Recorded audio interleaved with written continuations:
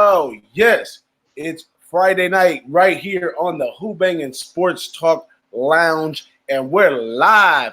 What's up, the sauce? Big Ragoo doing. What do you say, brother? What's going on tonight? We got a lot of action coming in the chat tonight. We're going to bring on two of the finest in the business in the MMA world. We're going to bring on Maximus, and we're going to bring on Mr. Fat Fist, known as Nick, and also Clint as Maximus 3D. So I'm ready to rock and roll with these guys. How about you?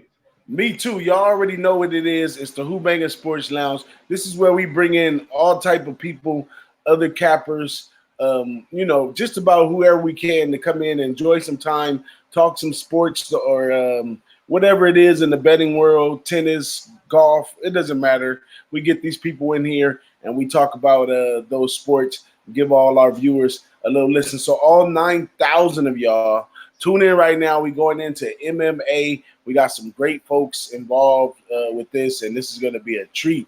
Y'all ready for this or what? So once again, tell us a little bit about who we bringing in right before we bring in Mr. Clint, a.k.a.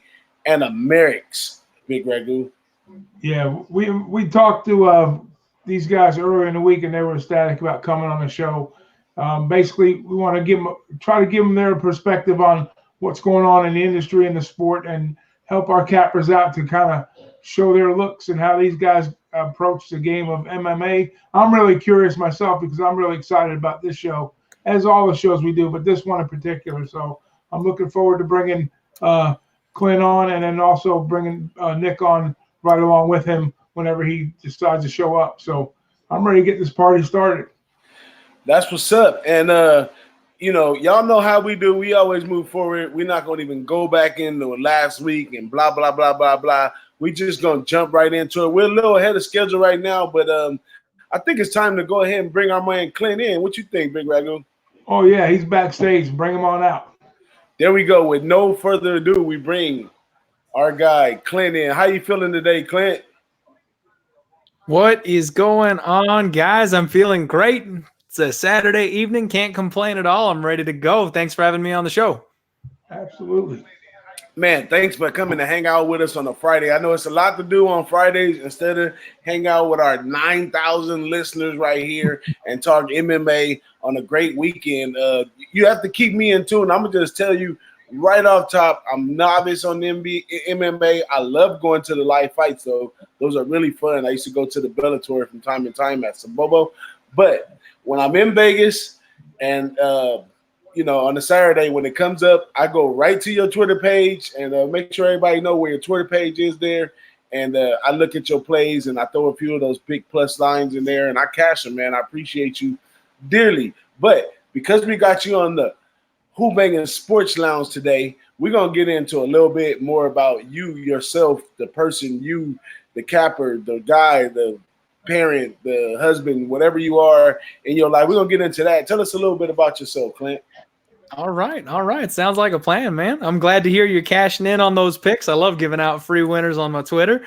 Man, just not a whole lot to my story. I'm a father and a husband. I've got a beautiful little 3-year-old girl. She's about to turn 4 in a couple months. And make sure that door is shut. We're going to take her to Disneyland for the first time after she turns 4. So it's about to pop off, man. But just, hanging out, doing my thing. I've been a lifelong MMA fan. And one day, got out of high school. I was an athlete, played football, all that kind of stuff. Watched a couple guys in a cage hitting each other one time and went, man, that looks like fun. Went to the closest gym I could find and started rolling Brazilian Jiu-Jitsu. I got to figure out which way to lean here with the camera. These medals right up here, those are mine, man. Brazilian Jiu-Jitsu competitions. A couple of years, that was some time years ago. So it's been a little bit since I've competed. I've got that dad bod that I'm rocking now. So, but yeah, man, just, I've always been a gamer. I like to play card games, board games, that kind of thing. And that led me to poker. And then poker led me straight on into sports betting. And that's the best thing about it, man. I think of it as a game. I'm playing a game against the bookies. And that's kind of my favorite thing about it. It makes it real fun to get in there and compete. And, whoever has the most money at the end is the winner. And that gets that competitive edge going in me. And the thing about it, Clint, it never stops, does it, buddy? It's always a constant grind. So you're always on the lookout for that little angle here and that little angle there. You know, how are you going to get the edge over the book, and how they're trying to get the edge over you? You know, just like an MMA fight, right, my man? Exactly. Every single week, there's new competitions, new contests every single time. I love it. And yes, sir, Poppy, that fireball behind me, wrong side. I can't figure out this backwards camera thing. Right there, boom. That bad boy's empty because I drank it. That's right, man. And I'm like you. When I first went to my first live MMA match, I was totally drawn to it. But I just love it, the sport. I've went to quite a few since then, and I love the competition level. And it's even liver than NFL football and college football put together, because it is any given match in MMA, and that's got to be awesome to be able to cap those. So before we bring in our guy Nick, aka Mr. Fat Fist, any other questions you want to throw at him, Big Ragoo, while we got Mr. Clint right here one-on-one with our viewers? Yeah, just real quick, Clint, what you have hanging on the wall, basically, how many years of accumulation, and when did you know you had an interest? Is it something that you started out like as in contact, like jiu-jitsu, and then that kind of led to the MMA, or was it just like, you know, just something you've seen and you want to get involved with? How did you get involved with MMA? So it just, you know, like I said, I played football in high school, always been an athlete, always been a competitor, that kind of thing. And, you know, when you get out of high school, you go to your desk job, you're going to college, you know, unless you go play football or something like that, you're just not competing anymore. And I still had that drive. I still had that fire, man. And almost got kicked out of a couple of, you know, like friend group volleyball leagues because I was taking it way too seriously. And a couple of my buddies were just like, hey, man, let's go to Buffalo Wild Wings one night. None of us were fight fans. There just happened to be one on. My eyes were locked on the TV, man. My eyes were absolutely glued to the TV. Couldn't stop watching. So, yeah, I hit Google and was like, I got to find a place. And I haven't actually done an MMA fight. I've done training in the gym, stuff like that. I've done boxing, Muay Thai, wrestling, jiu-jitsu. I've done it all. I haven't actually competed in MMA, though. Those medals are from Brazilian jiu-jitsu. Okay. And I'm a blue belt in Brazilian jiu-jitsu. I've been training off and on for the better part of 7-8 years. Shout out to TNT Mixed Martial Arts Phoenix. That's my home gym. My coach, Scott Tenenbaum, is a Brazilian jiu-jitsu black belt under Keegan Machado, who anybody that knows anything about jiu-jitsu, there's two schools, man. There's the Gracies and there's the Machados. The Gracies, the one that got all eyes on MMA way back in the day. The only other family that was serious about jiu-jitsu at that time were the Machado brothers. And my coach is a first generation black belt below the Machado brothers. So he is legit. And he gives me shit for not coming back to the gym basically every week. That's what's up. Now, one thing that I know I want to make sure that all our viewers know here that I was quite fine. I had found this out a while ago, but I think it's not mentioned enough, is that you also do some writing for SBR, as well as your videos that you turned in and your live appearances on the SBR network. You are an official writer for the MMA on the SBR Forum. Can you tell everybody a little bit more about what you got on, where they can find you, and what's your next move and your best move? Yeah, thank you very much, DJ BigBoss. So follow me on Twitter at MaximusIn3D or at Die Hard MMA Pod. Either one, they get linked on there to both. I put out between 2 and 4 articles a week on fight weeks for SBR. It's kind of cool. I was in honors English, so not a muscle I get to flex all that often, but I love writing. So it's pretty cool that I get to do the videos with them, and then I also get to jot down some wordplay and break down the fights that way. Those come out every single week. And the guy is an awesome writer, man. Go check it out on the SBR Forum weekly. You can catch him right there. But let's go ahead with no further ado. And let's bring in our guy. Now, he's been around here, hung around with us on a few Fridays, and you guys already know who he is in the chat. But we're going to give him his official intro onto the Who-Bangin Sports Talking Lounge. And this is another MMA capper right here, and he's known by the name of Mr. Fat Fist. What's up, Mr. Fat Fist? How you feeling today? Beautiful. What's going on, fellas? What's going on? Cheers to you, Nick. What's happening this evening? You know, sticking and moving, hooking and jabbing, as my dad would say. Welcome in, buddy. Hey, It's so on.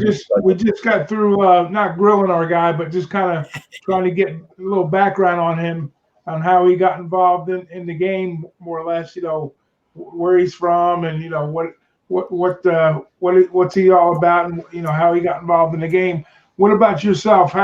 Where you from? We want to get to know you as Nick as a person a little bit, and also about your skills in the MMA game. So tell us about your lifestyle a little bit, where you from, where you grew up, and how you got involved in MMA. Well, thank God for Hurricane Andrew. Well, not thank God, but I'm from Boston originally, and when Hurricane Andrew hit, about 9 years old, and from then I started playing baseball, and I played competitive ball my entire life up until I hurt my knee.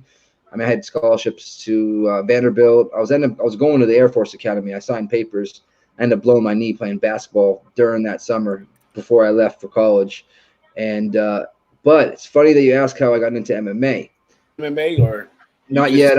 I just signed up at American Top Team 3 weeks ago. Sorry. I've only been there twice so far. I was actually interviewing fighters the first time I went. The second time I just wanted to check out and see what the classes were and whatnot. I'm going to start going at like 7:30 in the morning before work and pop at work at 10, maybe get back there at lunch or whatnot. But my goal here is to get an official fight, at least whether it's amateur, whether I make it to some journeyman pro circuit, you know, CES or something smaller than that. I don't even care. I love fighting. There's no bigger adrenaline rush, fellas, in my opinion, than getting into a one-on-one scrap, man-to-man. You know what I mean? Win or lose. And I'm not saying I didn't lose too much. I'm not going to lie. But if you want to know how I got in MMA, like start watching MMA, Forrest Griffin, Stephan Bonnar, Ultimate Fighter 1. Yeah. Let me tell you something. I was so addicted to that to the point where I probably watched that show every night, 4 hours, 5 hours, back to back until I went to sleep. I couldn't wait for that episode to be back on the following week. If it wasn't for Forrest Griffin and Stephan Bonnar, UFC would not be where it's at right now. Yeah. Do you remember the first UFC event when it was televised, the pay-per-view? Either one of you guys, maybe you could both answer that. Clint, you want to go first? Yeah, man. I watched the end of the Ultimate Fighter finale when Forrest Griffin coached against Rampage Jackson. That was the big one for me. Buffalo Wild Wings. Remember it like it was yesterday. That's right. Now, Mr. Fat Fist. Now, as far as the betting end of it, how did you get into the betting end? Because I see lately, you know, everybody here, we follow you. We see you around the chats and stuff. I see that you jump in baseball, football, basketball. So how did you mix the MMA love with the sports betting? Honestly, so I've been betting for about, I don't know, just about 2.5, 3 years now, and mostly tailing guys, except for hockey and MMA. I can cap a hockey game pretty damn good, and MMA is my obviously go-to. I just feel like MMA, there's two guys in a cage. You know what I mean? Yeah, they got their teams. You know what I mean? They got their respective camps they're training at, but there's two guys in a cage that you have to look, for. You have to watch tape on either guy. You know what I mean? And I feel like for me, some people like to punch stats and this and that. I feel like if I watch both guys multiple times in many fights, I can break down who's the better fighter, and at that point, take the fighter based on the odds. That's right. That's right.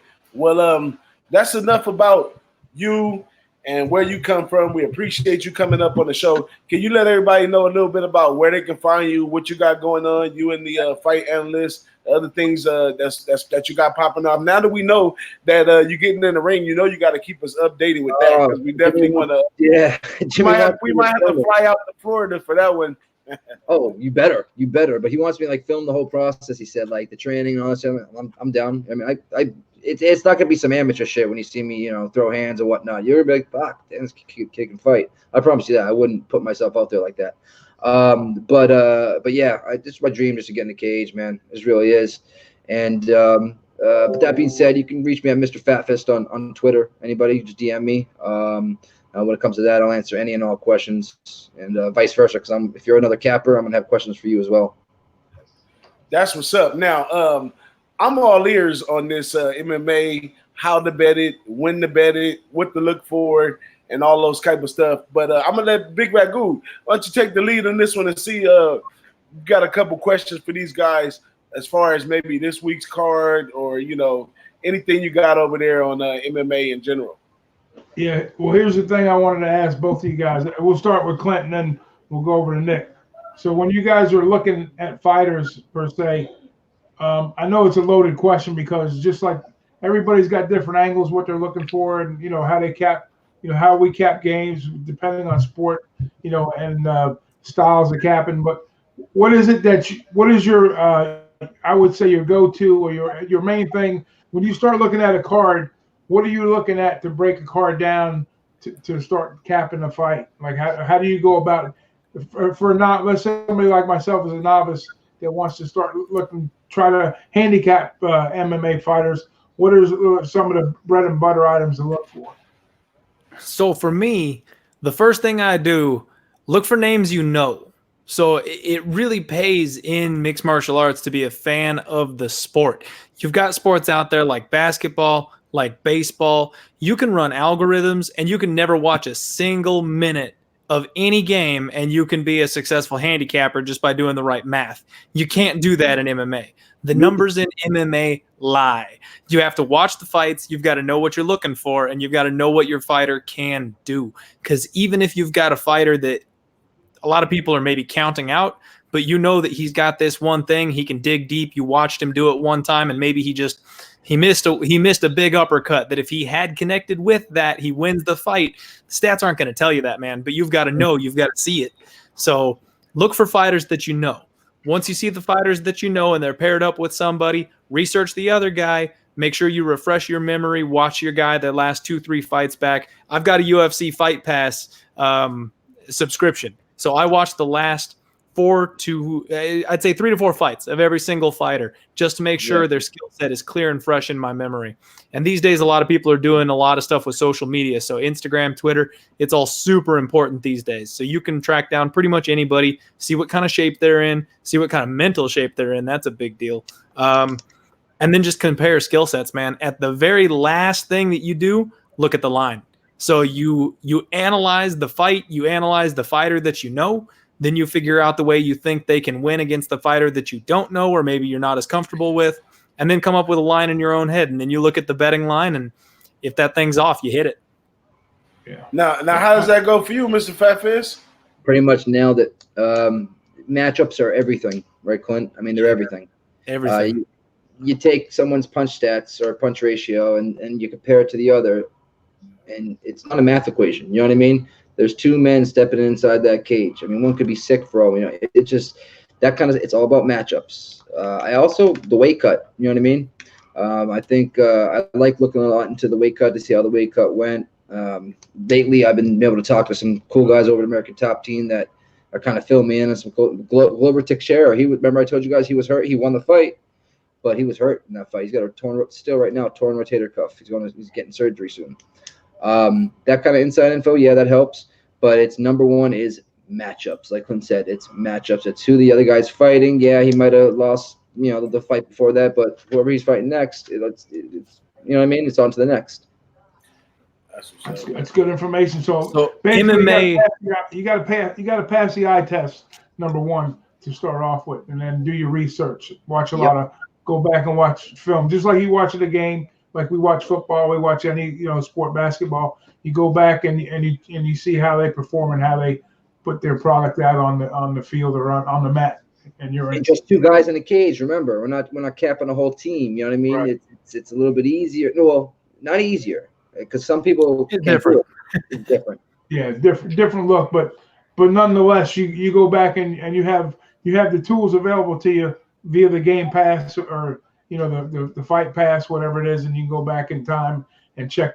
Like you say, grab onto some fighters you like and just go back and watch their styles. And when you see the right matchups, that's when you go in and like Clint said, the line. Make sure you hit the line at the right time. Oh yeah, I mean, Clint, for instance, Mikhail should steamroll, but he's a little pricey, right?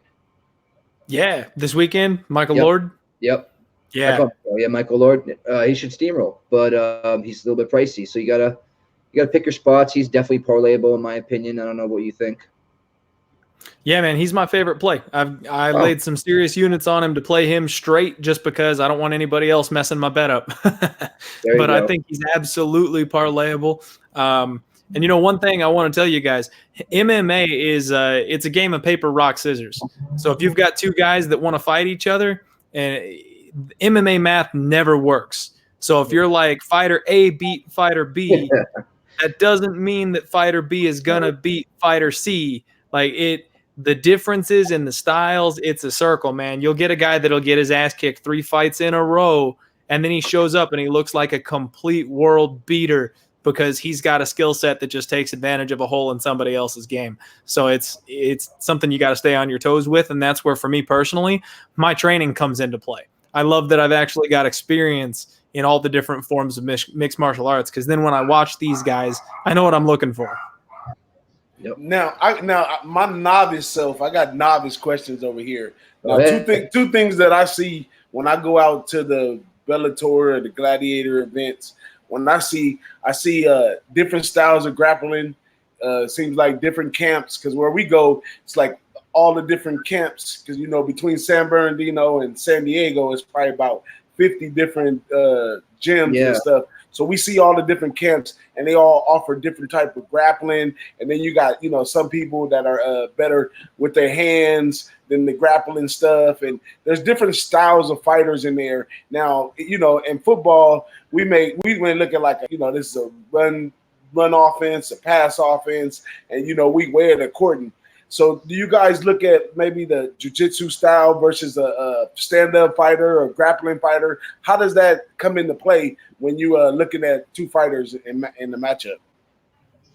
Well, I'll go first real quick, and I guess I think we'll agree too. The matchup we have here with Burns and Gunner. I mean, they're both unbelievable jiu-jitsu practitioners. As Clint knows, he's in the jiu-jitsu game. But what sets that fight apart is the striking. He's a much better striker.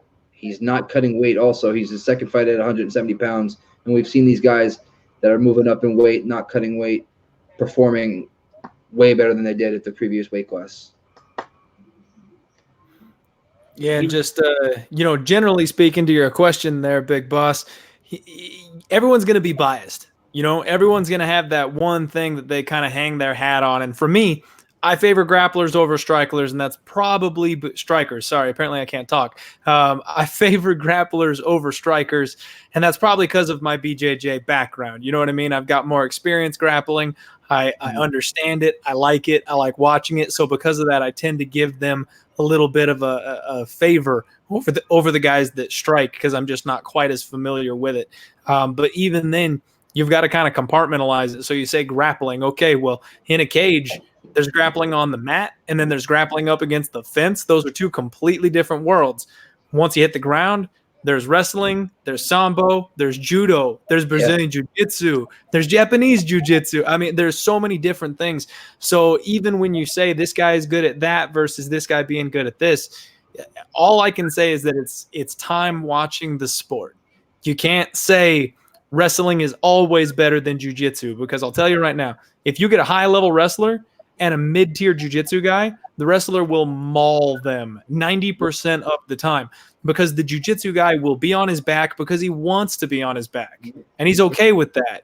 But he can't submit this hulking, beefy wrestler that's on top of him, just smothering him the whole time. You've got to have a higher level of jiu-jitsu to overcome that difference. But then once you do step that game up, there are guys that'll snatch a reversal and hop on that dude's back and choke him out in about 5 seconds. So it's just, there's the thing they say in MMA is there's levels to this shit. And that's all I can say. There's levels to that game. And everybody's levels in the different areas are doing this. It's like playing Tetris. You got to figure out where that hole is. And as you touched on, boss, your state, California, has so many camps right now. Like you said, like Alpha Male. Who else is down there in South Cal? Clint in SoCal. What camps Oh man, they got a whole bunch of them. San Bernardino, UFC, and I'll tell you guys, some of these camps, California, they recruiting straight out the penitentiary because a lot of these guys. No, this is no joke though. That's how I ended up getting into it because one of my buddies out the penitentiary got recruited out of jail to come do MMA fighting, and he had a little background in jiu-jitsu when he was a little kid. So he went into the ring, and that's how I ended up going to those gladiator and Bellator events and stuff out in San Bernardino. So, it's real. It's a ton of them. And the crazy part is there's very few right here in LA. Most of them are all on the outskirts of LA, San Diego, San Bernardino. They have tons of them. And this event that I used to go to, man, it was awesome, man. Like, you got all those, the whole gym is there in the whole arena in different sectors. These guys are fighting and they're calling them by their nicknames or their real names. Kick them in the ass, Jeff. Hit them. That's because how they do it. That's how they do it. Kick them in the ass, Jeff. Hey, you remember a guy named Ken Shamrock? Oh yeah. Oh my God. So up in Connecticut, where my cousin lives, we had a gym in Middletown, Connecticut. It was called the Lion's Den, and Ken Shamrock, that was his place. So my cousin, he was a cardio trainer for they had a boxing and an MMA gym. So, but they were basically boxing. And when Ken came in, they reinvested and they built this place up. But anyways, it's no longer because the guy that ran the gym, he got in a little bit of little trouble. But anyways, my cousin used to do all the road work with the MMA guys and the boxers. So he was like one of the trainers, mainly boxing though, but not the MMA. But I got to go to like the first MMA live event up there, which was a lot of fun.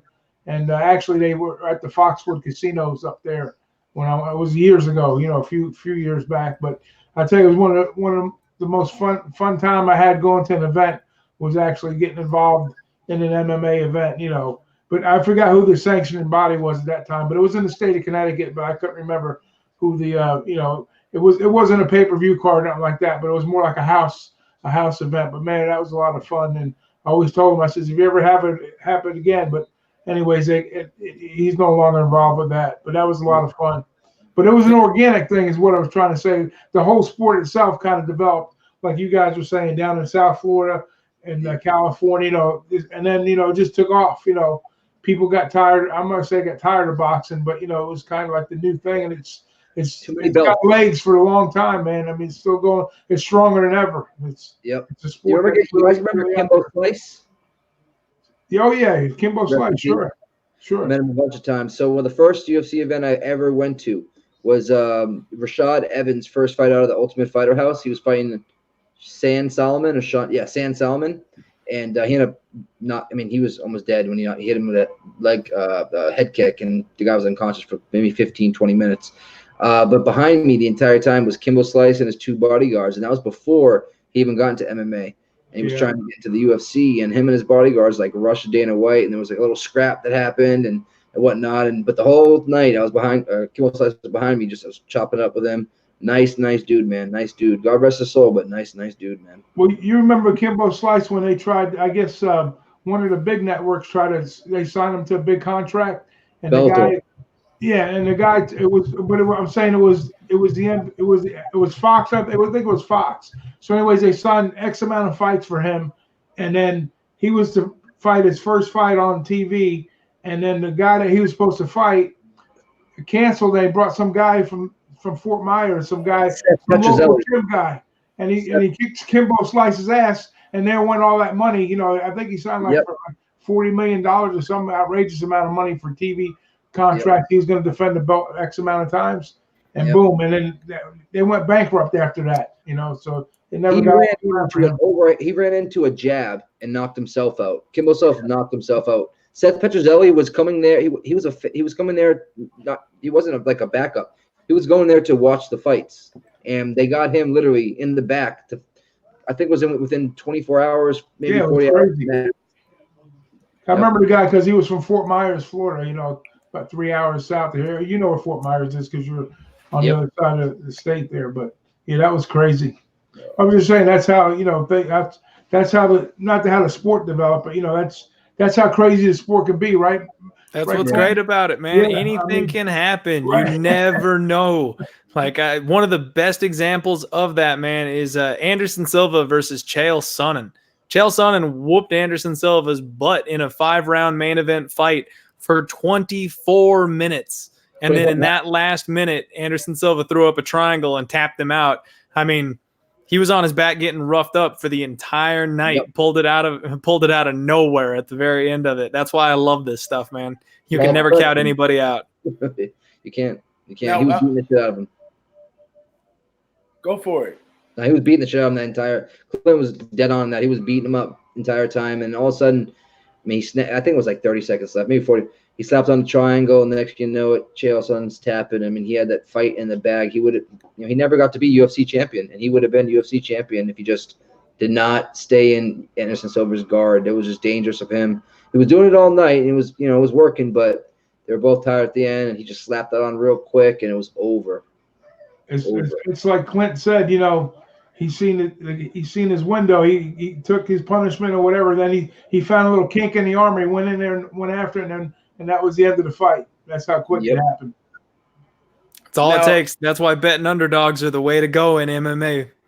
Now, that's just what I was about to go into. We got to wrap the MMA segment up. I got a few people backstage, and we got a couple other things coming up. But we definitely appreciate you guys coming in, hanging out with us. I'm sure rewind the tape, y'all. We got some good information on MMA right here. But me and Big Ragoo, we're going to ask our last 2 questions. Big Ragoo, you go ahead and go first. You got one last question for these guys? No, that was it. I just wanted to bring up, the thing in Connecticut and find out about he brought in Kimbo Slice for me. I didn't have to bring that up, but just my thing was, looking at different styles of fighting, which ones match up. There's really no particular magic formula. Like he said, if you did it on paper, there's no way in the world it's going to work. You got to eye test it, and you got to know your fighter. So that's basically, there's a lot of homework involved. Not to say that you can't do it. You just got to, just pick a. Now, is there a certain weight division that you like over a different fight? Like if you're trying to match up weight divisions, like is there certain weight divisions that bet underdogs better than not, or is it what you look on underdogs? What's the best weight class to pick an underdog in, if you had to say? So the heavier you go, the easier it's going to be to get that flash knockout. The big boys have that power. They've got that one hitter quitter. So when you get to middleweight, light heavyweight, the underdogs have much better records because all you've got to do is slip up once. The lower down you go on the scales, it's all about speed. So it's totally, whatever you're looking for. If you're looking for guys to blast people out of there, get in the upper weight classes. And if you're looking for people to finesse and outmove their opponents, you want to go lower. So personally, I like 185 and 205. Those are my 2 favorite divisions. 185 because they're still small enough. They're still light enough to move around. They don't gas out, but they can hit hard enough to knock anybody out on any given night. And then 205, every once in a while you get the guys that'll gas out halfway through the fight, but those fights tend to suck. They carry a lot of extra power on them, though, so they don't usually get that far. Those are my 2 favorite weight classes, and underdogs come through in those areas and especially up at heavyweight all the time. Mm-hmm. Yeah, it's an easy way to cash an underdog right there is in the heavyweight division. I agree with the heavyweight division. The other one I like to cap is to jump on is the chicks. I feel like the divisions aren't that deep yet, and especially like a year and a half ago, 2 years ago, I was raking it in with the Holly Holm. I call it Holly Holm beating Ronda Rousey. I bet her big. Misha Tate beating Holly Holm. I bet that, even though she was getting beat up until she choked her out. But I just feel like there's not enough. There's just not enough, people in the division, especially in the 120. Well, was it 135 now? No, it's what. Well, they're starting to fill it out. But that being said, you can kind of get the grasp of the girls a little bit better when it comes to the level of competition. 100%, in my opinion. I like that look because there's less of them. They're really focused on more or less, right? So you can kind of zero in on them. Yeah. There's less variance too because the women don't carry knockout power like the men do. So if you find a fighter you truly believe is the better person, they're going to win at a higher percentage simply because they're not going to get caught with something. Yeah. It's a lot more. It's a lot less random. And that would be odds adjusted too, based on that too, right? That theory, right? Not necessarily, actually. You can catch the bookies with their pants down because people think women's MMA is boring, so they don't look at it, man. Yep. It's like women's NBA. Good point. Okay. I got you. Now for my last question right here, and I'm gonna just do I'm gonna do a hypothetical situation for both of y'all, and this is something I do all the time when I used to interview people. I actually had this question for Big Ragoo the first time I interviewed Big Ragoo on the Who-Bangin Sports Talk.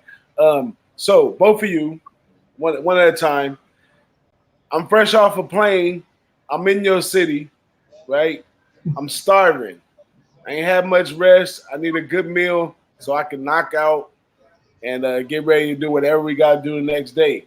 Where you going to take me, Clint? DJ BigBoss, we are rolling down to the Talking Stick Arena. We're going to go to my favorite watering hole, this Talking Stick Casino down here. The buffet is something like you've never seen. They got some fresh, juicy food out here. There's always some good ham, and they do some like fruit spread to go on it and stuff like that. And then there's a poker room. The casino's right there. We have everything we need all in one spot, man. There's a pool with some ladies sitting out back. Best place in Phoenix to be. Okay. I love that. I love that. How about you, Mr. Fat Fist? I'm taking you straight to Fuzzy Tacos and I'll say, okay, taking you straight to Fuzzy Tacos on Tuesday as well. We're gonna get the brisket tacos. We're gonna get the chicken tacos. We're gonna get the pork canita tacos, and then we're gonna take it to the Hard Rock and we're gonna play some poker tournaments. We're gonna gamble a little bit. I know it's not like New Jersey. I know it's not like Las Vegas, but you can still do a little bit of gambling there. Hey, I got to put a timeout on that because I think we took care of that when we were down there a couple weeks ago, didn't we? What? No, we didn't go to the Fuzzy Taco, but we went to the Fuzzy Hard Rock. Yes, you did. Yeah, and the food at the Hard Rock was horrible. So I see why we got to go to Fuzzy Tacos first. Yep. You got to be careful with any place named Fuzzy and you're looking for some food, man. Or be careful with a Fuzzy Taco in general, if you guys know what I mean. Sounds like a bad trip club. That sounds like it might get you in trouble there. Hey, but I really appreciate you guys coming to hang out with us, man. You guys are always welcome to come back right here on Who-Bangin Sports Talk Lounge and any other things we do. You guys are always welcome to come over here, man. We appreciate you. Much love and respect to both y'all. I'm gonna send both of y'all out of here because I got two more people waiting backstage to get in here, and we got a special announcement coming up. So appreciate you guys, and we'll see y'all. Any last words you want to say to the people before you get out of here? Thanks for having us, man. Exactly. Honor and a privilege. Honor and a privilege. Fights are at 8 a.m. tomorrow morning. It's an early card. That's all they got to know. Let's make that cash. Time? It's 11 a.m. 11 a.m. Eastern. Sorry. You guys are on the other coast. All right, fellas. Y'all have a good one, man, and cash them tickets. Have a nice night. Good luck, everybody. Next up, we're going to bring in our own right here, Wham. Try Wham in the house. How you feeling, Try Wham? Man, you already know, bro. I'm chilling. I can't complain. I got that fan on. I'm chilling. I'm sipping on a little something, It's Friday night. I love how they came with the hitters, literally. You know what I'm saying? The punch, coming with the heavy hitters real quick. So Clint, Mr. Fat Fist, appreciate you guys showing up. That was dope, bro. You guys are doing it big. What's up with y'all? Man, we just out here hanging on the lounge like we do every Friday, man. And, just trying to get it in, man, trying to cash some tickets. Got my eye on the game behind me, and you know how that go. How was your week last week? Man, I did pretty good. Did pretty good in the Pick Six contest. I hit the Utah State. I had Utah State. That one won. I had Oregon on a spread. That one hit too, so that was a pretty good joint for your boy. But for the most part, though, I mean, NFL was looking kind of shaky, though. I only made 2 plays in there. I only went from 1-1, so it was all right. But for the most part, everything was cool. It was a cool little weekend. I'm looking this week, I feel like this is a little snake bitten week right here. You know what I mean? So I think I'm about to tread lightly, though, bro. That's right. Any announcements or anything you want to let the people, you got 9,000 live in here right now. So any announcements or anything you want to let the people know before I bring Don Ricci in, because Don Ricci got some special announcement for y'all from Who-Bangin Sports. And it's going to happen right now on the show when we bring Don Ricci in. But before we get to Don Ricci, anything you need to let them know about? Yeah, we got the new show, Wham Talk. We're going to really make it official. It's going to be a real show. We're going to come in with some NBA. We're We're gonna talk about some futures that you guys could start looking into. Some of the futures that I looked in that I really like, especially now that you could take advantage of some of these players that's coming back on injury that we think that may be able to come back a little early as well. So we're gonna look into all this stuff. We're gonna talk about it later on. It's gonna go down. And you know how it is. We're gonna pop it up on y'all. Maybe like on a Wednesday, Tuesday. Me and Boss ain't talked about it all the way. We ain't finalized it yet, but check us in the middle of the week though. We're gonna get y'all some good stuff. Absolutely. So y'all stay tuned for more coming from right here from Who-Bangin Sports. Make sure that you hit the subscribe, you hit the like, so you can get notifications and everything. And when all this stuff goes down, just in case you miss something, you know, you can go back and watch it, or you can come in live and hang out with us. But always a pleasure, Wham. You know how we do it. Who-Bangin Sports live lounge right now, today, Friday, and every Friday, 6 p.m. on the West Coast, 9 p.m. on the East Coast. I'm gonna quit playing, say Pacific Standard Time, Eastern on the West and on the East. Okay, and we're gonna get this right because I get confused sometimes. But I do have a very special announcement to all of you guys right here. Nobody knows but me and this guy right here. So I'm gonna bring my guy Dom Ricci in, and we got a special announcement coming up for Who-Bangin Sports Talk moving forward. Dom Ricci, my guy. Here's the guys. How you feeling? Dominic. What's happening, fellas? How What we it do? doing? What Yes, it Trot do? Wham. It's always a good night when you see Trot Wham right next to you. Man, That's hey, what's up. we in here. We in here. So There you go. So now What's happening, everybody? Now that I got all y'all in here with my man Dom Ricci, and we've been going back and forth, having meetings and everything, and getting it together because Dom's gonna be doing a special MLB playoff edition on Who-Bangin Sports Talk to give to you guys for the MLB playoffs coming up soon. Tuesday, Wednesday, it goes down. And you know my guy, Yes, sir. Dom is a stand-up Yes, sir. guy, and he's always prepared. He's always on point. He's a real sharp guy, and Dom has some stuff to share with us today, this week, right now, about the playoffs coming up. But before you do that, Dom, I don't think we had a chance to formally introduce you either on the show. And we know a lot about you, me and BigRagoo and Wham. And you know, we all know you're very interesting. That's my family. Just give them the PG rated version about how you came up out of New York and how you living in the big house right now, feeling good. Yeah, we there is no PG version. We'll have to get into that another time, but but things are PG now, and yeah, things are good, man. You know, it's been born and raised in New York, Brooklyn boy as a kid, living on Long Island most of my life, and you know, just grinding and hustling and you know, keeping it real.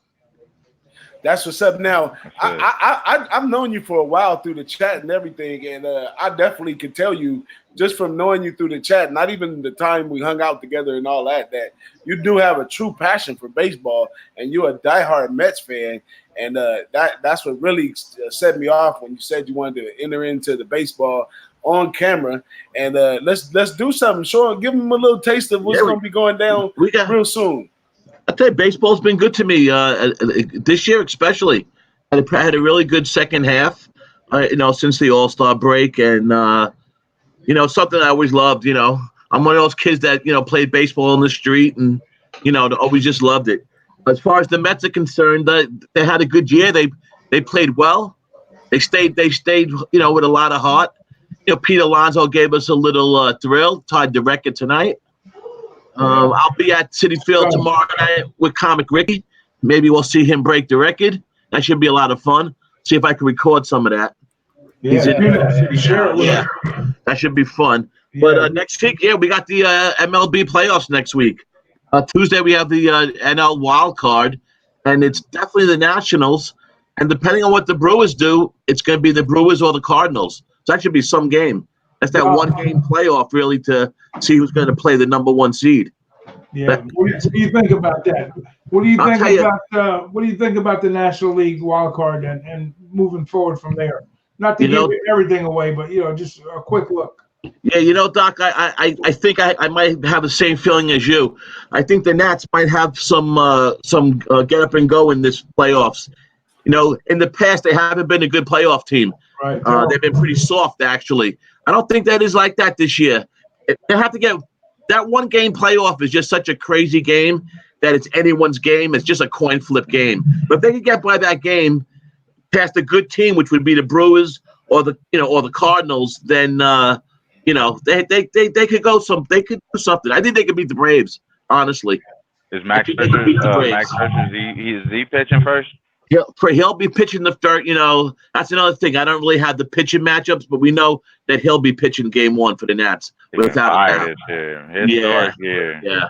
Now tonight the Nats are winning. Cleveland's as far as the AL is concerned, Cleveland is losing tonight, so they might be out of it totally. So the wild card game in the AL might be the Rays against the Oakland Athletics. Yeah. Where would they play that game in Oakland or in Tampa? I'm not sure who has the better record. I'm not really sure. I haven't gotten that far yet. Waiting to see who's actually playing where first. But that's going to be on Wednesday. That game will be on Wednesday next week. So we have a lot of baseball next week. I know there's a lot of football. Next Thursday, you have a college game on football. You'll have a NFL game, and you'll also have the NL wild card against the NL. You'll have an NL game and an AL game on Thursday in baseball, so it'll be a full day. Yeah, October is going to be a busy month for sports. You're going to have all sports. I love this time of year. This is the best time of the year. If you're a sports handicapper / gambler, hustler, whatever, this is the time of year. This is it. This is like the best time of the year to be involved with any kind of sports because you got. But I'm looking forward to doing this for you. I'm looking forward to doing this on Who-Bangin Sports. I'm looking forward to it, and we'll have a good preview for you. We'll get into some picks. We'll know the pitching matchups. In the playoffs, that's what it's about. I think the first 5 is going to come into play a lot more in the playoffs. It's about pitching, and these managers are pulling pitches, very quick. Not like the regular season. They all have bullpens, 12 pitches, rotations. So who would you say is the weakest out of all the teams that are going to go into the playoffs? Who's going to be in trouble with the pitching? Who do you think's got the surprisingly enough, I think the Yankees might be in trouble against the Twins. First thing I thought about. I think the Twins could beat them. And in the past, again, like the Nationals, the Twins have been pretty soft when they play the Yankees. I don't like the Yankees this year for some reason. I really don't. I know the TV people would love to see the Yankees against the Dodgers in the World Series. They could sell that. I'm sure that's what they're rooting for. But I don't know. I'll tell you. I think the Yankees are suspect. A lot of pitching stats aren't that great to be, so we'll see what happens. That's what's up. So everybody stay tuned. We'll be putting stuff out on Twitter, letting everybody know when you can take a nice shot at Dom Ricci doing the MLB. This guy is going to be next level. Going to get these wheels turning on this bike, and we're going to get them spinning and going. So y'all stay tuned to that. So we got to get our guy Josh Point. He got people in the chat looking for him. They yelling out there like Easy E. We want Easy. So we got to get our guy. We got to get our guy Josh up in here. So this is Josh Point. Had the pleasure of meeting this guy in Miami. He shot right over there as just a natural low bagger. He only got a little time to stay. He had to go back to work. Wish I could have had a lot more fun with Josh, but we did get a chance to hang out at the game when we was out there. So let's bring in our guy Josh Point. Josh, what's up? How you feeling today? There he is. Hey guys, how you doing? How's everybody doing? Excellent. BigBoss, Ragoo, Wham, and Dom Ricci. How you guys doing tonight? How you doing, buddy? Hanging in, bro. Good, Josh. Good to see you, my man. Man, we all back together. Right back together. Now, in case y'all don't know in the chat, I'm gonna let y'all know off the top. My guy Josh is one of the coolest guys you ever knew. I mean, he's just a slick, cool guy, man, and a lot of fun to hang around, man. Common assassin. You left too fast for us in Miami, man. I know, man. I know. We had a great time. It was so nice meeting all you guys, and man, I can't say enough good things about all of you, and you know that. You know that. I wish we had longer, but we had ourselves one hell of a time. That's for sure. And we got to know each other too. That was a lot of fun. Yeah, and I thought I was really excited to have you on the show, and I think it's really important because I feel like we was talking about what was going on at the resort hotel and the game and stuff like that. We didn't get a good chance to talk a lot of capping. I really don't know a lot about your capping. So what type of capping are you into? Baseball, hockey, football? What's your niche? Oh, I know he's a hockey guy. That's right. Hockey's coming up in a few days. I'm excited for that. NFL too, for sure. I'm learning in college. I'm learning. It's a process though. I got a lot to learn still. I'm with you on that. Yeah, it's tough. It is. I got a lot to learn there. Baseball, actually, this year I did pretty well in baseball. I learned a lot from chatting with you guys and capping and being in the chat and all that. But mainly hockey and NFL. That's what's up. Well, our guy BigRagoo, shoot off the questions. And you talking his talk with hockey and football, NFL. That's he's the guy right there. I was gonna say I'm surprised you didn't bring up CFL. You don't cap the Great White North and the pigskin up there. So a little bit about me. Grew up in Hamilton, Ontario, just an hour south of Toronto. I grew up a big CFL fan, big Ticats fan. Got introduced to the NFL. Yeah, I wasn't into it when I was a kid, but I started watching a few games and probably about, I don't know, maybe 10, 12 years old. And then, CFL for me starts in June, right?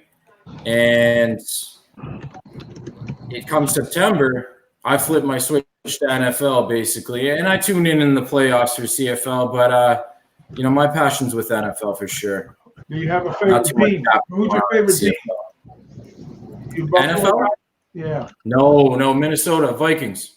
The Vikings, okay. Vikings for sure. Yep. I'm Die hard.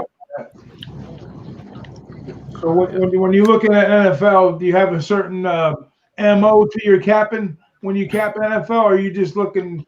Or how do you approach capping when you're looking at? If you were looking at, let's say the lines came out on Tuesday afternoon, what would be the first thing you would do with those lines? Or what are you looking at? Well, a good way to start is to kind of make it your own line. Whether you write it down or have it made up in your head already, you got your own line, and then you look at the book line and you find the difference in that. There's a lot that goes into it. Some things I don't like to do are, for example, you can't base this week's games off what happened last week. You got to kind of find a reason. Like, let's take the other night, for example, what was it, Washington that got smacked? Right. Now this week, they're playing the Giants. You got to find a reason to back them, or maybe you're going to stay away still. But I don't like to base it, what happened last week. That's true. Two different games. It's a new game, new team. There's a lot that goes into it.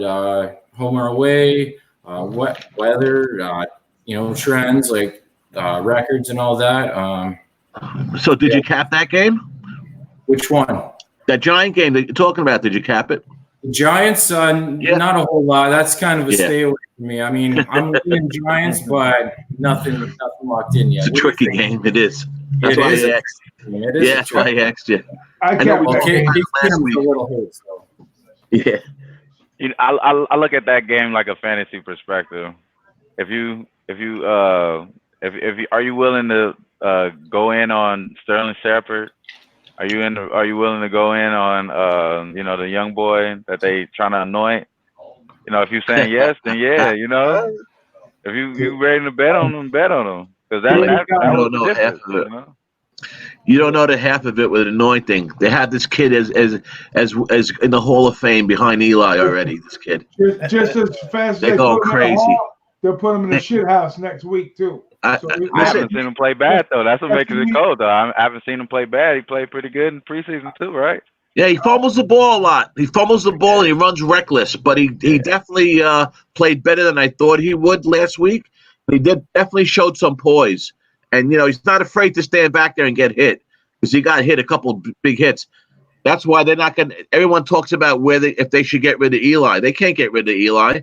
He might have to play again before the end of the season. That's even ludicrous to even think about that, to think about getting rid of Eli, because this kid, not going to say everything he learned, but he's been learning a lot from Eli through, of course, consultation, camp and whatnot, game plan, game preparation. So, they knew that this moment in time was going to come. They didn't know if it was going to come this early or towards the end of the season, but they knew there was going to be a time and a place for it. And evidently the time has come. So, I mean, kudos to the kid. And I know they were giving the GM a lot of BS about picking him up in the draft. No, looks like a good move. Now it looks like a good move for him. But, I wish him well. I hope at a Duke, well. No less.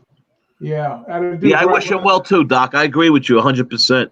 Yeah, 100%. Josh, what's your favorite NHL team? Who do you? Leafs fan, huge Leafs fan for sure. I'm excited about this year. We had some issues with our defense and some forward depth, but they addressed those issues in the offseason. They got all their big names signed now.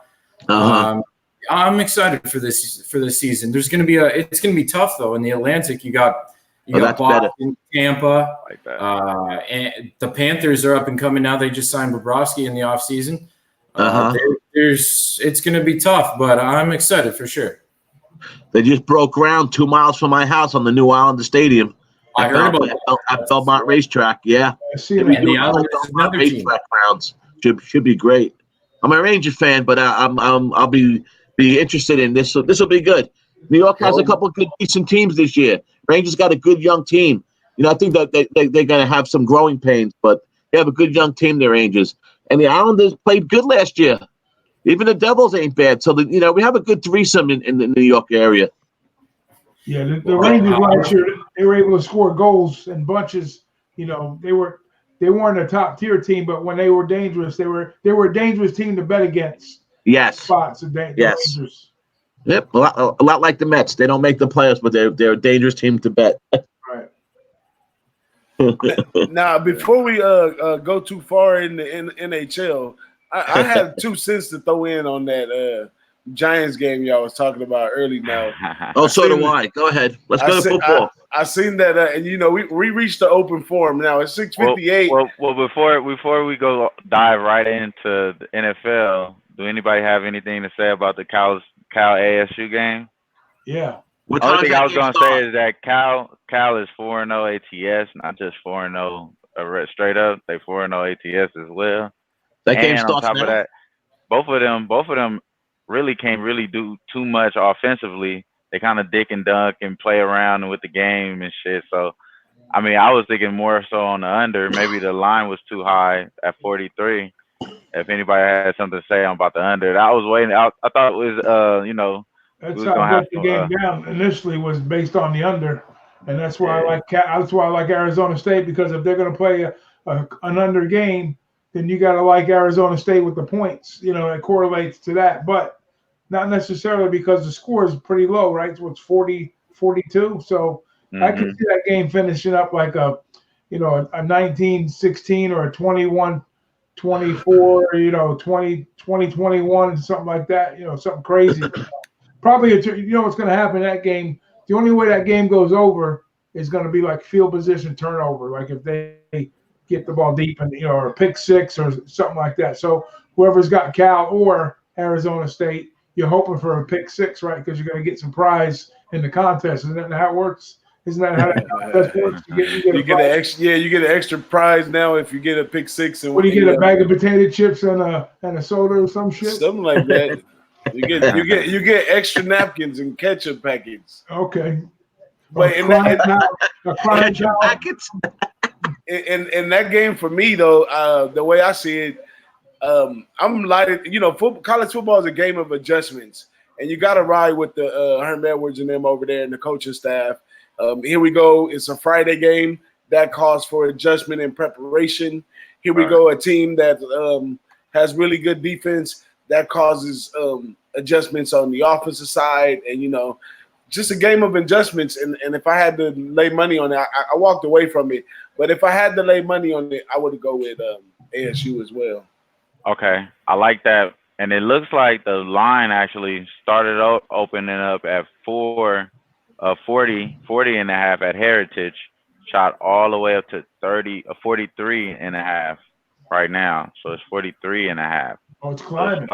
So it shot up. I'm seeing 43. Yeah, I see 43 and a half. So it looked like the total shot up. That's not low. It may be a real good chance to take the under, just because if ASU does win, like you guys are saying, it's gonna be an under game. They're gonna try to take advantage of the possession. They're gonna play a pity pat game, you know. Now, really? To the point that Josh made about capping NFL, about like the recency bias in the last game, and my man Ragoo mentioned this earlier in the week too. Now, Cal played Ole Miss last week, and yeah, Cal walked away with the victory, but Ole Miss thought they were cheated on the last play, where the guy actually went to the goal line. He kind of got a bad spot, and he really did get a bad spot. And then something happened. Let the Pac-12 do it, and anything can happen with the referees. Yeah. Something happened to the point where it was no longer reviewable, and the time was out of the clock, so they didn't get a chance to review it to see if they had a better spot. But it was really close. It was definitely looked like it's something that they should have looked into, but something with the time and some more stuff, and they just looked right past it. So recency bias, Cal might have slipped away with that game. And this might be a spot for Arizona to get them. So I like that all the way, guys. I like the way y'all capped that. I heard you like Ole Miss this week too, boss. Man, that's my meatball play. Big Ragoo is trying to teach me how to do the meatball play, but it's very, very interesting to me because I've been on Ole Miss since the preseason. Like the previews that we did earlier in the season. I was on Ole Miss because they had 10 returning defensive players on that team. So I was keeping an eye on them the first few games to see, how well did that group play together. And they played pretty good together. They haven't really got scored on a lot. I mean, Alabama scoring 40 points on them, I don't know. I think they can win. Alabama could win 30-0 or, something like that because Ole Miss offense is pretty bad. But they gained a little bit last week playing against Cal. Of what they can do and what they can't do. That was probably a big issue in the first few weeks. They were trying to do stuff they really wasn't groomed to do yet. So maybe they toned it down a little bit and got inside their zone. I think they can use the clock and their defense to hold off this Alabama team on that large point spread. Plus, Alabama hasn't been playing as good as we thought they would be because they already had a close game in the first half before already. So I don't know. That's a lot of points to be giving up right there. Hey, you want to see an eye test of a game on Bama? Look at this Duke team tonight. When Duke they got beat pretty bad by Bama, right? 40-3. I said, what was it? 43. Yeah. They only held them 150 to 150 yards rushing, and tonight Virginia Tech's got 3 points. So that was good enough for me to say, give me Duke tonight, just on that one stat alone. So, talk to me. Defense is what football is all about. I mean, offense is for show, but defense is to go. So if you want to make money against a number, you got to take a team that can stop the other team. Otherwise, it's just a coin flip. So that's why I always kind of lean towards the defensive side of things, like Arizona State. Not necessarily Duke, but Duke in this particular matchup, like you said, like Josh says, you can't go by what happened yesterday. You can for the informational side, but you can't just strictly go by that. You got to look at the matchup. So 100%.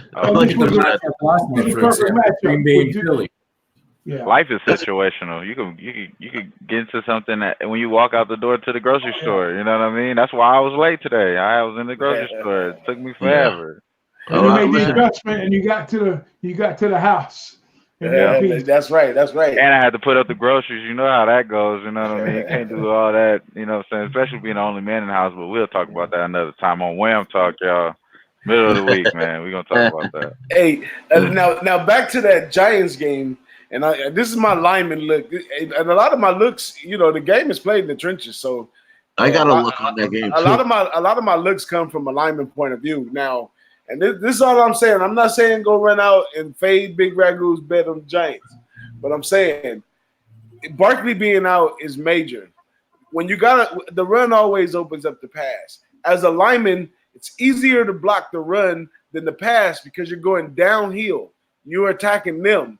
When you're coming back to pass, it takes more energy, takes more skill for you to absorb the rusher and to be able to contain them, to block them. So it's going to be a total different change in pace on top of this young kid that's going to be quarterbacking.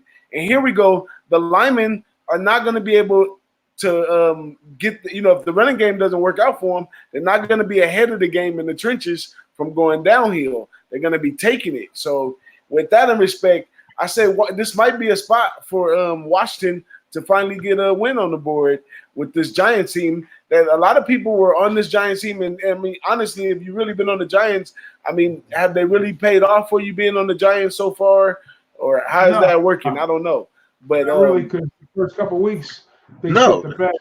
Right. Last week is the only game they won. Last week was a perfect storm. I watched every second of that game. It was just a perfect storm last week. And they were getting away with running an option play with Daniel Jones. They kept on getting away with this option play. I was watching a college option play. Yeah. And Tampa Bay fell for it 3 times. 3 times. And then, you know what that is, Dom? That's not bad coaching on Tampa's part. They weren't ready for that. They were not ready for that. Right. So I agree. Guaranteed to be a different look. So that's why I think that the Redskins got tape on that now. Even the bad Redskins defense can stop that play. Yeah. Even Jay Gruden, he can figure out the game plan. Yeah, no, Tampa Bay's defense, I thought it was improving every week.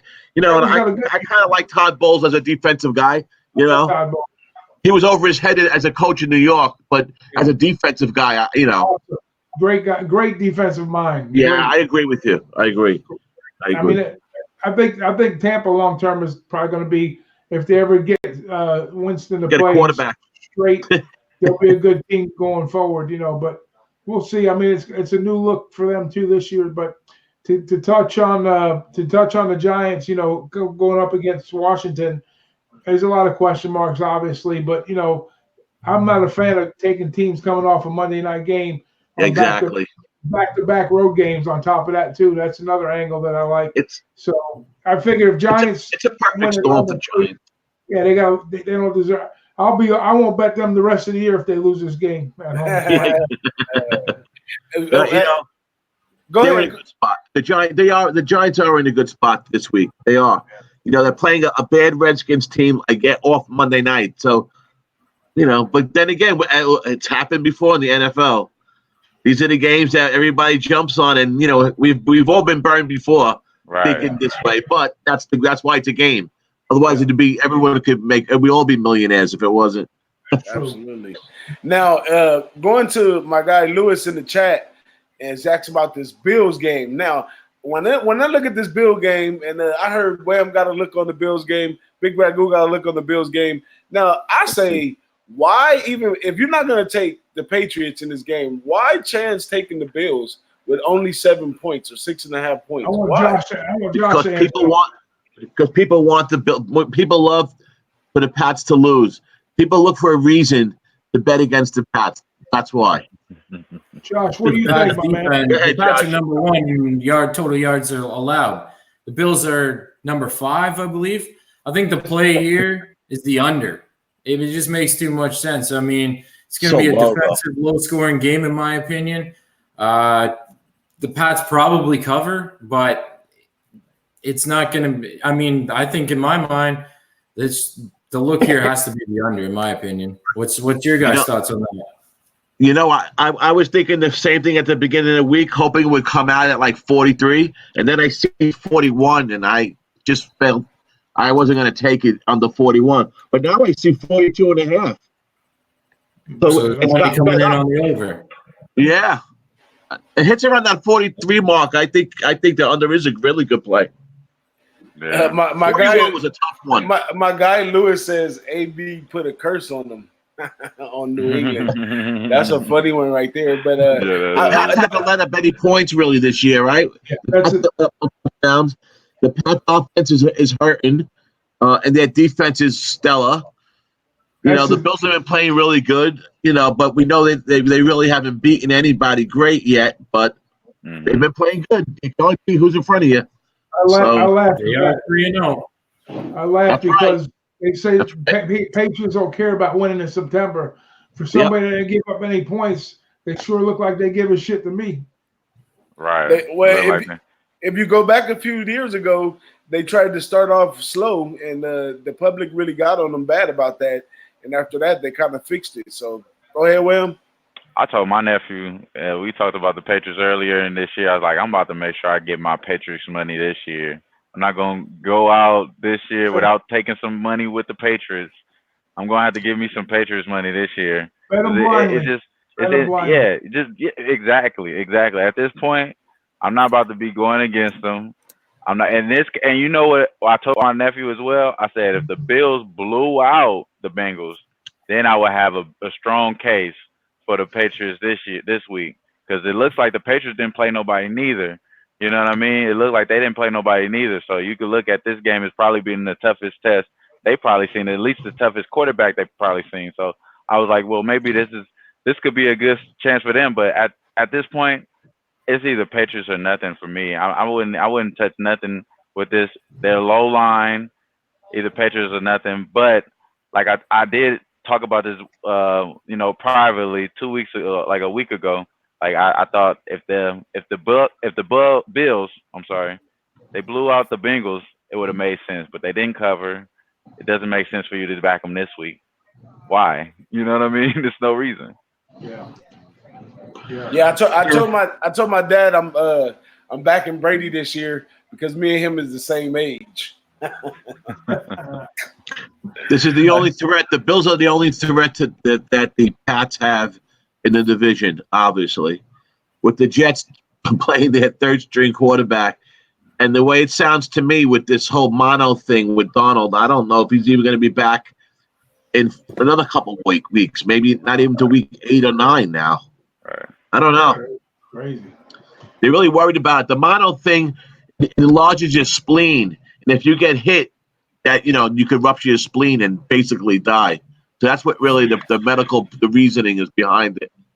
It happened to a kid on a football field last year in New Jersey, a high school player. The kid had mono, went back in about a month later, missed like 4 games, went in, got hit, and that was it, died right there on the field. So it can happen. Oh, wow. So we don't know what's going to happen. So my point being, anyhow, is that the Bills are the only threat that the Pats have. So I would think they're going to go in there tomorrow looking to make noise, make a statement even, The Bills can come out with a win. That's going to show a lot, I'll tell you. So what about the Belichick thing about him not showing his plays to teams that he has to play later on down the line when he plays them early?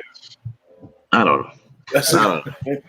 Whacking, smacking? That's what I call that. Whacking, smacking. They just whacking, smacking. But yeah, it's whacking, smacking. Yeah, a lot of that stuff is whacking, smacking, especially in the NFL right now. This whole whacking, smacking thing they had with AB is just continues to go on and on and on and on, and he's not even on the field right now. But that's neither here or there. But we're going to go into anybody else got any other looks they wanted to bring up while everybody was right here. We got a lot of good NFL guys in here. Yeah, Josh, I want to hear some of Josh's looks for the NFL this Sunday. NFL this Sunday? Yeah, for sure. The Pats Bills is an interesting one, too. We just discussed that. But another, we got a couple divisional matchups this week. Let's go ahead and touch on my Vikings and the Bears. It should be a great game. I'm a Vikings fan, and you got to know when to fade your own team. If you're going to be betting, your team better than any other team, but you got to know when to fade them. And you know what? Going into Chicago this week, my early lean is to take Chicago. I think that defense is the offense is on Chicago is not very good at all. They showed a bit last week, but that defense is something else, and they get a lot of pressure on Kirk Cousins. And Kirk Cousins' record against plus 500 teams is what, like 5-24 or something like that? Yeah. Wow. I think he's going to have a lot of trouble going into Chicago trying to beat that front seven. The O-line's not playing very good again, not off to the best start. It's a little improvement on last year, but I think Chicago gets after him. I also think that the under is a good look in that game. Both teams have good defenses, and like I just said, Chicago's offense not putting up a whole lot so far this year. They are playing at home. It's going to be a tough game for both teams, but I think Chicago shows up this week and gets the job done. Like I said, you got to know when to fade your team, and that's for sure. Yeah, this is a look for me this week. Going into Chicago is not going to be easy. I hope they get it done, but I'm not putting my money on that. I mean, I'll tell you that looks like the line has dropped from 3 to 1.5. Correct? I'm looking at 2 right now, but I got to start 2 as well. Yeah, that's an interesting call. It's going against the 38. market move right there. I could see you saying under, even though it's 38 is low. I could see that. I mean, the Vikings played that game against the Packers. They let up 21 points in the first quarter, held the Packers to 0 points the rest of the game, and they could only come up with 16 points and lose the game. They should have won that game against the Packers. Well, it comes down to Kirk Cousins. That game, right? Oh, for sure. Kirk Cousins blew it through an interception in the end zone. Unbelievable. Well, Green Bay, let's go back to last night, for example, Green Bay and Philly. That was a great game. A lot of these primetime games, I said last night, they've been snoozers. They've been boring to watch. But last night, it was a pretty good game. There was some controversy in the pass interference calls or non-calls. I was on the Packers -4. But you split, right? What's that? You had the over also, right? The over, yeah. But to be honest, I kind of felt a little better about the Packers at -4. They went into the game leading the league in turnover differential at +6. Right. And Rodgers threw his first interception last night and also fumbled the ball by what's his name, Derek Barnett, who should have been kicked out of the game in the first quarter when he knocked out the running back. And sure enough, he comes and strip sacks him. That was kind of funny. Hey, we have a guy in the back with the powder blue shirt with the blue hat. He has his hands up. We'll take that question. No, the question was when he said Packers -4, I says me too. Oh, okay. I felt that the Eagles was the play because I felt it was their season.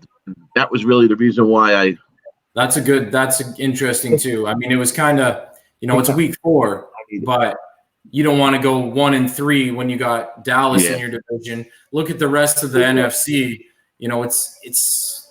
It's not strong, but there's a lot of teams that you're going to have to, compete with down the road. And another disappointing team, maybe we look at this Atlanta, Tennessee. Atlanta is another team for me that's just kind of can't get it figured out for whatever reason. And that's another game I wanted to have a look at because, I had high hopes for them coming in, but they're not really getting it figured out. That O-line's roughed up and they can't get much going. Their defense they got more injuries now. Ken O'Neal's out for the year. What's your guys' thoughts on that game? They're they're home to Tennessee, and that's kind of another. Atlanta at home and Atlanta on the road are 2 different teams. Exactly.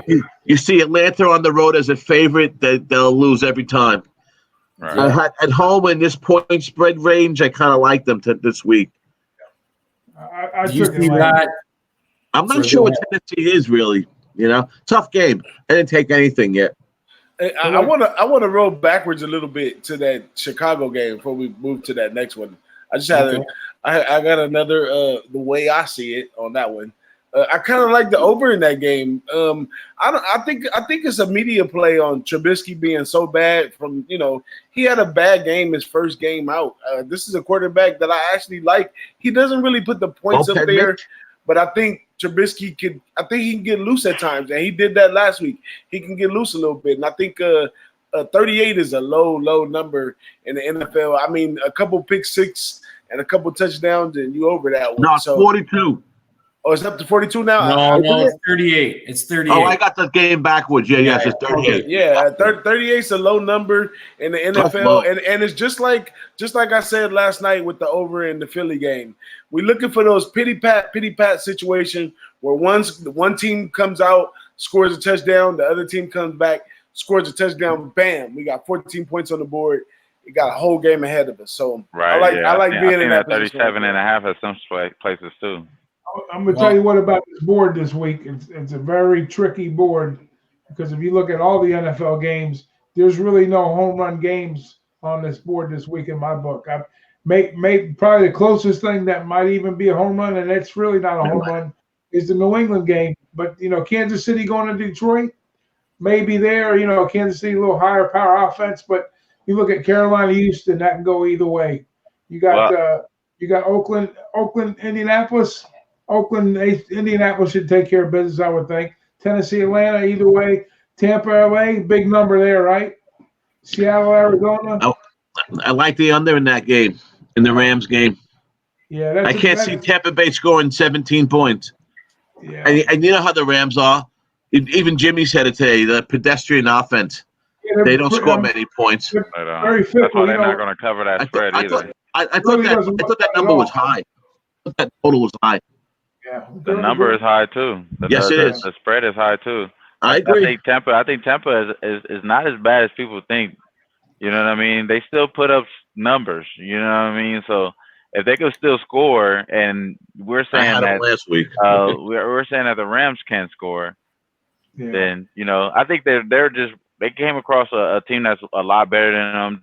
Don't get me wrong. The Rams have a way better team than them, of course. But in this case, I just really feel like I think Tampa can get in this number, and I think they're gonna at least they could cover the spread, and they're not gonna lose by 10.5 or even 10. So. I think that would correlate to the under also, because I don't think they can look into, like you're saying, if they're gonna even cover the spread, I can't see them covering the spread in like a 24 type game or something. You don't think they're sitting on a big game, the Rams, like for an explosive type of game? I think maybe Tampa Bay's defense might play better. Yeah, you think it's just about that matchup with Tampa Bay then? Not necessarily the Rams are not they're puttering along offensively. If they got against a weaker defense, you think that they might have a bigger game. They might be, let's say, a double-digit favorite versus a high single-digit. Yeah, they could go over this total though. They could go over this total for sure. Like you said, Big Ragoo. Like Cooper Kupp has been playing pretty good lately, and it's only a matter of time as Woods have a pretty good game, and then they have some other players. At least some tight end play, because they haven't had any good tight end play this whole season. It looks like. So if they could get some tight end play integrated, I could see them definitely going over this total, because they just really need some type of cohesiveness, and then they'll look a lot better. That's why we're so stuck on calling him a system quarterback, because he never has the same type of cohesiveness you see with other quarterbacks. Even with Lamar Jackson, even Lamar Jackson, he has some sort of cohesiveness with his receivers. So, but you think Tampa Bay's going to score points, though? I really believe. I don't. Okay, I don't think they're going to score points. I can't see them scoring 17 points. I think Godwin is playing and everything.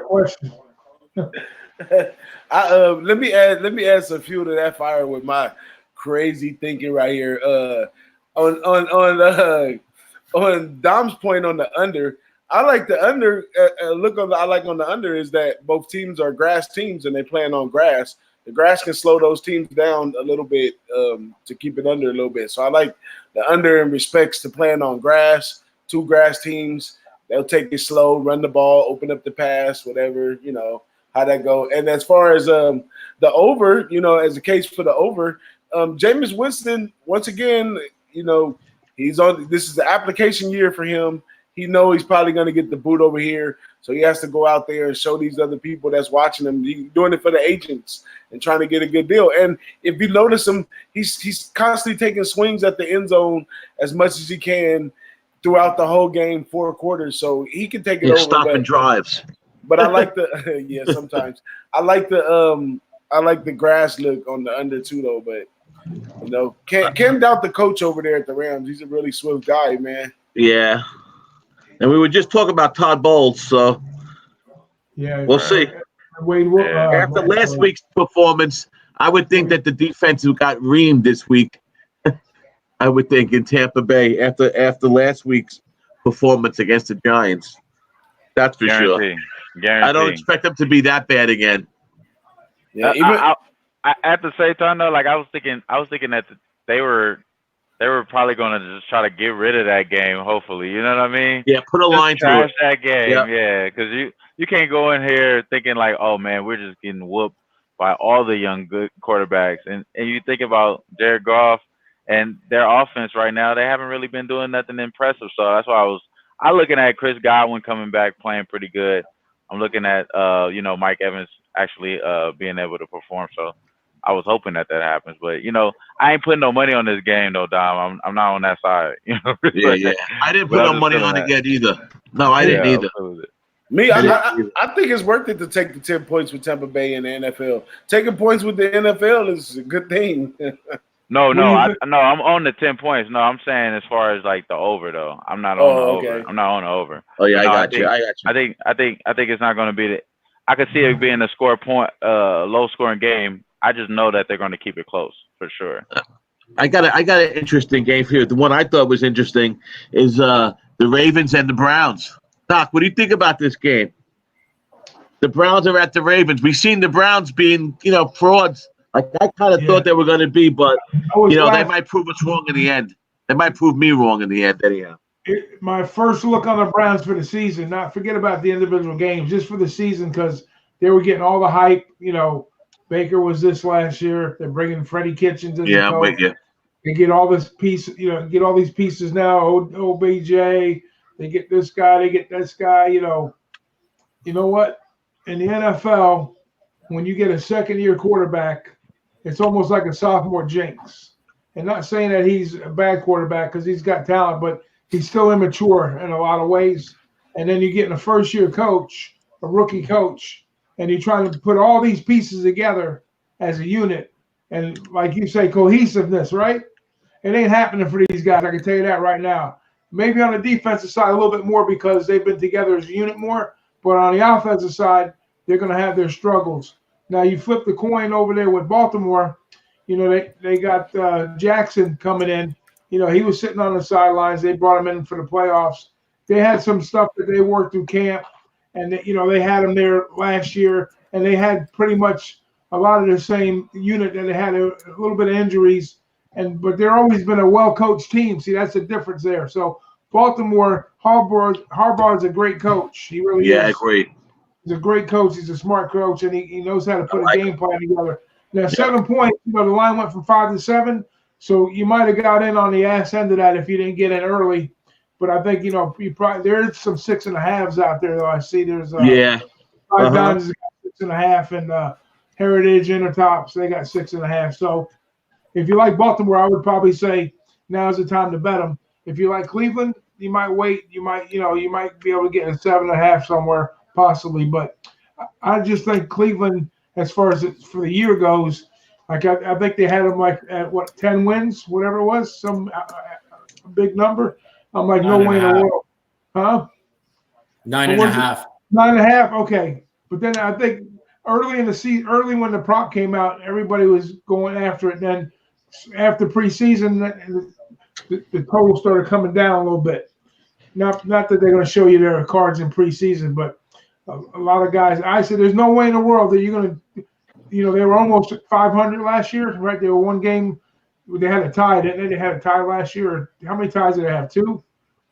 I know they were like 500 last year. It was the first non-losing season they had. They were like one game away. Yeah. Season.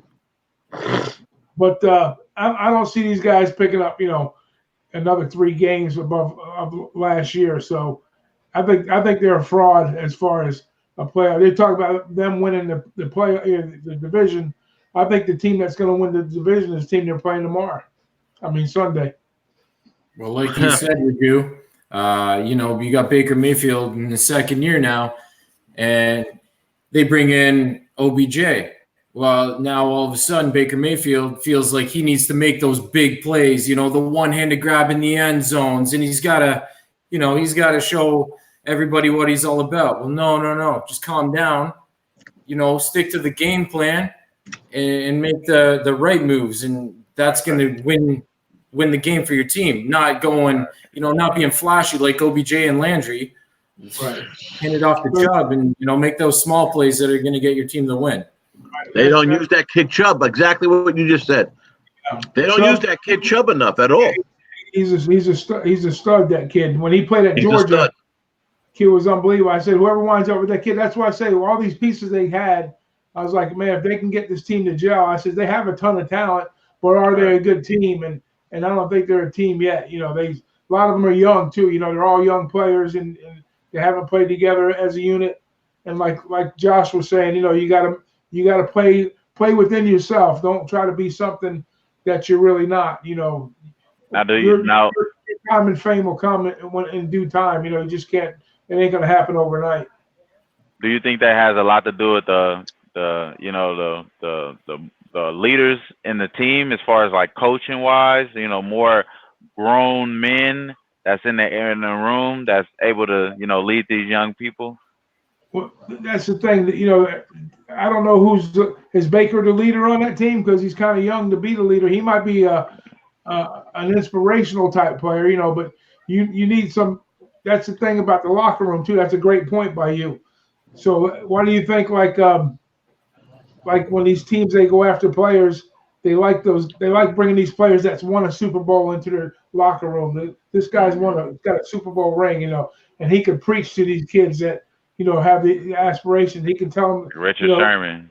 Yeah, he can kick them in the ass when they need to be kicked in the ass. Right. Or he can step up and and make the bold statements when they need to be made. So that's what I'm saying. These guys being young as they are, they don't have that direction, is what I'm saying, and they don't have it in the coach because the coach, he hasn't done a whole lot of nothing in his career. So right. they're looking for answers right now. This team, they really are. So I'm not saying they're bad. There's a lot of talent there. Just to compete in the NFL, it might take a while. That's all. Yeah.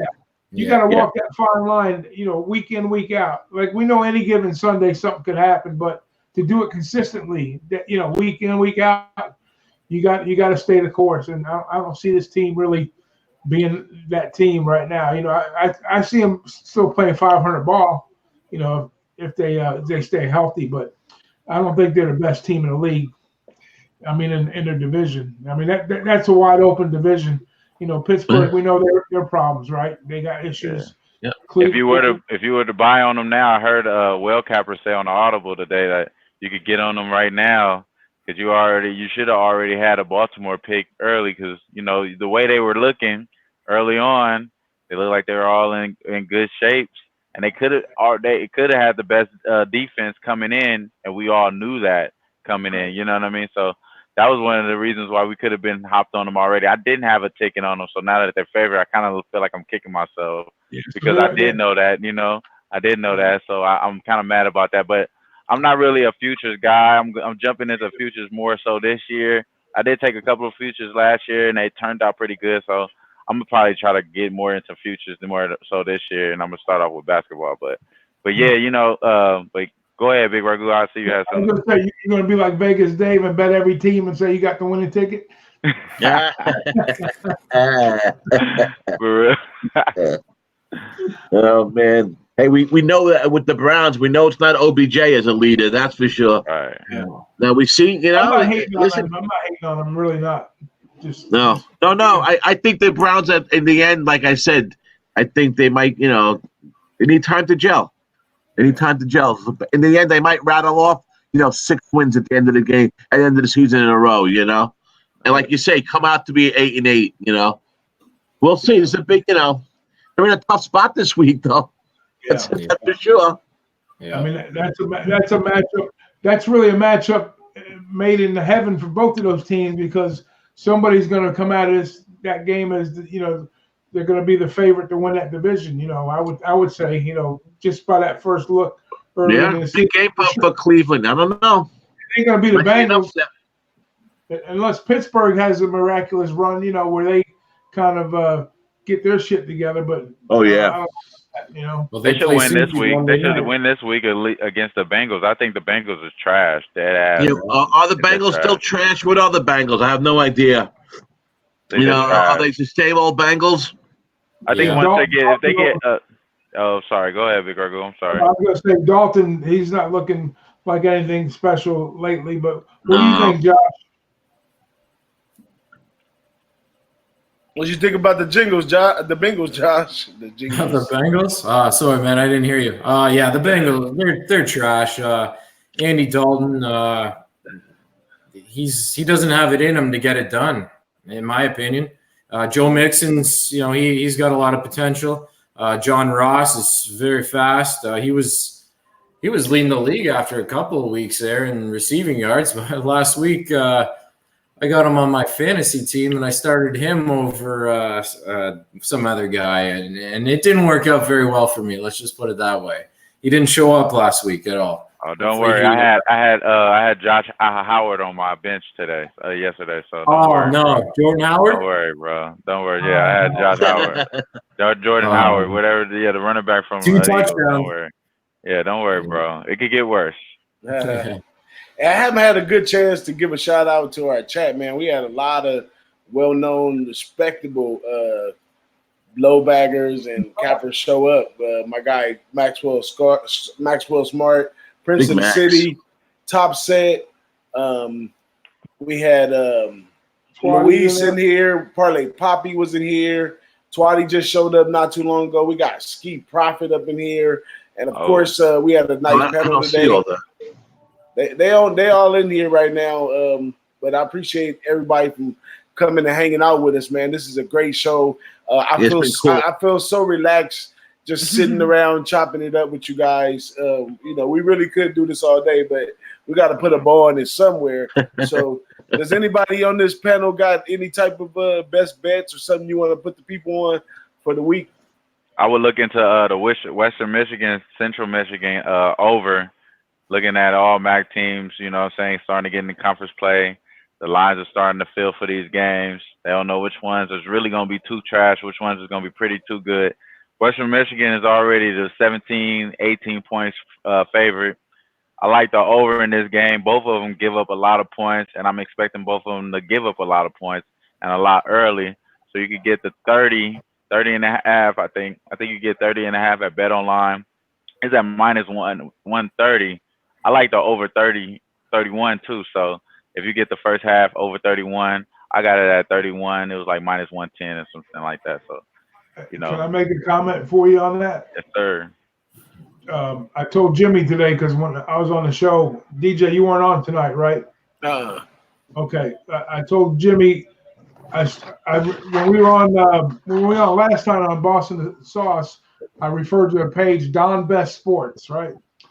If you want a good injury page for college, because fantasy, like I said last night, fantasy, you can go look at the lineups when they come out and you get up to the minute. College, not so much, right? College, they kind of hide a lot of stuff. But anyways, Don Best Sports, if you go on the college injury page, it's pretty fire. And they got the starters highlighted in red. So I went to the Central Michigan. I said, let me start peeling this game apart a little bit.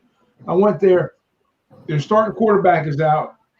The backup quarterback is out, and the third string quarterback is questionable, and they're missing 2 tight ends. So I told Jimmy, I said, if you're looking at that over, be careful because they got 3 quarterbacks in the mix. The starter's out, the backup's out, and the third string is hobbling. So, and they're missing 2 tight ends. So for whatever that's worth to you, that's why I'm just kind of saying, I just put it out there. Yeah, I appreciate you. Yeah, and maybe the Western Michigan's a better look now with them. Maybe you get a team total on them instead of having Central Michigan try to push the game over. But that's why I was thinking just early. I was thinking early, even if it was reason why I was saying early, because it could be more of a back and forth type of game, or it could be Western Michigan coming out early and just coming out and covering that 31 points, 30 points by yourself. So. Like you said though, Ragoo, I didn't even know about Central Michigan having that much of an injury, but I knew they were getting their ass whooped these last couple of games. Yeah, but I didn't know they were having that this bad. week too. Like the last game they played is when they had they had the injury listed on the third stringer, getting hurt, and then I think the week before was the second string. So they've had a stroke of bad luck in quarterback. I don't know what quality quarterbacks they are, but just from an injury look, on the report, that's what I've seen. So I brought it up to Jimmy today, and on the show when he was talking about it. So I need that website, BigRagoo. I need to double that's why check we work my stuff together. now. See, that's why we work together. But yeah, it's just Don Best Sports, Don Best Sports, and you just go into the college section, look on injuries, and they'll highlight it for you. It's pretty accurate. I want to give a special shout out to our guy Twadi Lottie, Aspire to Elate. Don't forget about the Discord when you guys go on. Yeah, it's just so busy. Twadi hasn't missed a few things, but definitely we'll get back on the Discord, and everybody in the chat. Make sure that y'all jump on the Discord as well. It's moving in the right direction, and it's moving fast. So it took all the fees away, all kinds of stuff, and it's really a good thing right now. So make sure y'all go hop on Discord. I'm there. BigRagoo's there. Wham's there. Dom Ricci's there. Are you there, Josh? Yep. Josh is there as well. So we all got on over it. 300 cappers in that room there. So I gotta be on. I should be on more. I've been busy but I gotta definitely get on more. It's definitely Send good. me that link. Absolutely. But I'm gonna go ahead and put a bow on it, man. You know, we having a low bag. Baby. We having a low bag LA event tomorrow for the fight, so I gotta go get some twiddles and diddles and stuff to get ready for tomorrow. So I gotta go twiddles get and that diddles, done. baby. Twiddles and diddles, you know, little twiddles and diddles. Yeah, I love it. I got some nice words today. Whacking, smacking, twiddles and diddles. Whacking and smacking and twiddles and diddles. I gotta write these things down. Hey, let me say something real quick. Let me say something. And everybody, shout out to everybody in the chat too. You know, hit that like button. Y'all got good input. Boss, Ragoo, Wham, and Dom. Man, it's been a pleasure. I miss you guys, man. We had an awesome time hanging out, man. I love shooting the shit with you guys. I could do it all day, every day. You know that. I got nothing but good things to say about all you guys. I'll appreciate your input and keep it up, man. Keep up the good work. This show, I love this show. The Lounge is a great idea, and it's going to take off. I have no doubt in my mind about that. Keep up the good work, guys. Absolutely. All right, brother. That's what's up. So stay tuned. Canada, baby. Stay tuned for Who-Bangin Sports every Friday, 6 p.m. on the West, 9 p.m. on the East. And special announcement, stay tuned. Make sure you follow us on Twitter. Everything is in the everybody's Twitter and everything is in the description below. Make sure you follow us on Twitter so you can get ahead of everybody and get into there when Dom Ricci comes out with the MLB Playoff Edition 2019 coming real soon. So stay tuned. And Wham Talk's gonna be coming up right around the corner. We got my guy Ski in the chat. You know Ski's gonna come and hang out with us some more. So that's gonna be coming up for basketball. And this channel's here to stay, man. This is our home right here, Friday night. We welcomed you into our home, Josh. We appreciate you coming, and we want you to come back sometime. Absolutely, man. Thanks for having me. So that's it for us, fellas. We're gonna give guys. a big old see you at the window. We'll see you guys in the morning on the closing line. Yeah, make sure you see you at the window. Yeah, make sure you tune in to the closing line. Yes, sir. After I get from the store, a little bit of capping, some more capping when I wake up early in the morning, 6 a.m. And I'm gonna have a best bet and I'm gonna have a dog bet on the closing line, guaranteed. So show up on the closing line early in the morning. It's going down. Okay, guys. Peace out, guys. Love you guys. Good night. Good night, guys. Thank you, Ragoo. Good night, guys.